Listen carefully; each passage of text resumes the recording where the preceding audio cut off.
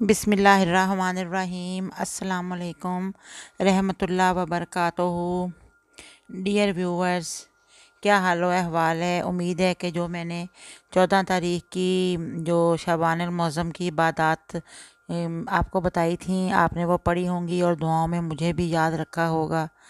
تو آج میں آپ کو ماہ شعبان کی جو 15ویں شب ہے، یعنی کہ شب برات کی رات ہے، اس کے بارے میں جو عبادات ہیں میں آپ کو بتاتی ہوں۔ سب کو ہی پتہ ہے مسلمانوں کو، لیکن پھر بھی میں آپ کو بتا دیتی ہوں، میں بھی اس نیک کام میں حصہ لے لوں اور نیک کام میں شامل ہو جاؤں۔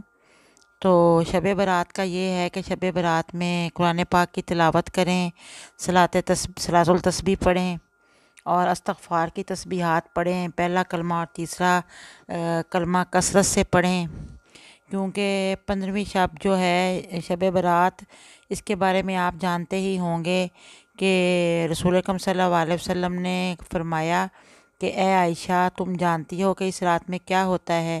عرض کی یا رسول اللہ، بتلائیے اس میں کیا ہوتا ہے؟ آپ صلی اللہ علیہ وآلہ وسلم نے فرمایا، اس رات میں یہ ہوتا ہے کہ آدم علیہ السلام کی اولاد میں سے جو شخص اس سال پیدا ہوگا اور جو اس سال میں مرے گا، اس کا مرنا اور پیدا ہونا لکھا جاتا ہے، اور جو فرشتے ان کاموں پر مقرر ہیں ان کو اطلاع دی جاتی ہے، اور جتنا جتنا رزق مخلوق کو اس برس میں ملے گا سب لکھا جاتا ہے۔ اور اس 15ویں رات اللہ تعالیٰ سورج ڈوبتے ہی دنیا کے آسمان پر تشریف لاتے ہیں اور ارشاد فرماتے ہیں کہ کوئی نیک بندہ ایسا ہے جو مجھ سے بخشش مانگے تو میں اس کو بخش دوں، کوئی رزق مانگے تو میں اس کو رزق دوں، کوئی مصیبت کا مارا دعا کرے تو میں اس کی مصیبت دور کروں، اسی طرح صبح ہونے تک ارشاد فرماتے ہیں۔ تو سب انسانوں کو چاہیے کہ اس رات میں خوب عبادت کریں، اپنے گناہوں کی معافی مانگیں اور 15ویں تاریخ کو روزہ رکھیں۔ اللہ تعالیٰ اس رات اپنی مہربانی سے بے شمار بندوں کو بخشتا ہے، مگر کافر، مشرک، کینہ رکھنے والے اور قاتل کو نہیں بخشتا۔ اللہ تعالیٰ ہم سب کی بخشش فرمائے۔ جو لوگ یہ میری ویڈیو دیکھ رہے ہیں، سن رہے ہیں، اللہ تعالیٰ ان کی بھی بخشش فرمائے اور مجھ ناچیز گناہ کار کی بھی بخشش فرمائے۔ آپ لوگ جب بھی عبادت کریں تو میرے لیے بھی ضرور بخشش کی دعا کریں۔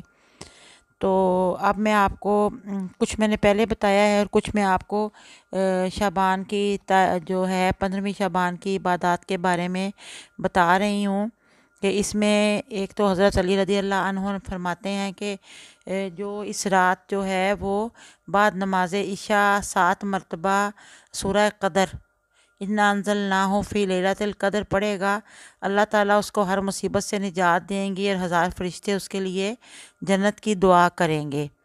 اور 15ویں شب کو آپ نے شب برات کی رات میں جب عبادت کریں گے عشاء کی نماز کے بعد، تو سورۃ بقرہ کا جو آخری سورہ بقرہ کا جو آخری رکوع ہے، آمن الرسولوں سے کافرین تک 21 مرتبہ اس کو پڑھ لیجئے گا۔